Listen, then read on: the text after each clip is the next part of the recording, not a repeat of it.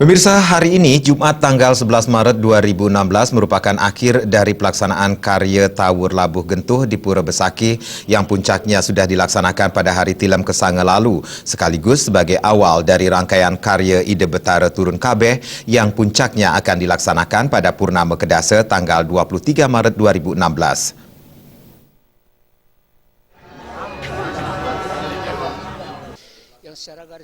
Bendesa Desa Adat Besakih yang sekaligus selaku Ketua Panitia Karya Ide Betara Turun Kabeh Iwayan Gunatra menyampaikan, persiapan sudah dilakukan sejak awal karya Tawur Labuh Gentuh. Sebagai upacara rutin yang dilaksanakan setiap tahun di Pura Besakih, pihaknya menyampaikan beberapa hal yang perlu diketahui oleh umat sebagai bahan evaluasi pelaksanaan karya di tahun sebelumnya. Hal tersebut diantaranya umat dihimbau agar dalam tangkil tidak hanya memanfaatkan hari libur maupun akhir pekan. Pada hari tersebut biasanya pemedak yang akan tangkil datang membludak.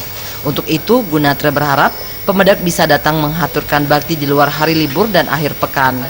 Puncak karya adalah pada tanggal 23 Maret 2016. Nah, sementara sebelum sampai pada puncak ada tahapan-tahapan rangkaian upacara yang cukup penting, antara lain tanggal 20 Maret yaitu Nedum Ide Betara Sami, sedangkan tanggal 21 Maret Ide Betara Kasturan Melasti ke Tegal Suci. Itu berkaitan dengan karya Ide Betara Turun Kabeh ini.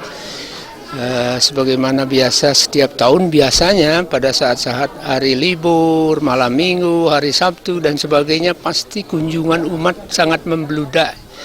Melalui kesempatan ini juga kami himbau kalau bisa sebaiknya jangan memilih hari-hari libur, Sabtu dan sebagainya. Saya kira soal tangkil Ring Ide Betara kapanpun sepanjang itu rangkaian masih dalam rangkaian Ide Betara Turun Kabeh, pasti beliau akan selalu memberkahi umatnya.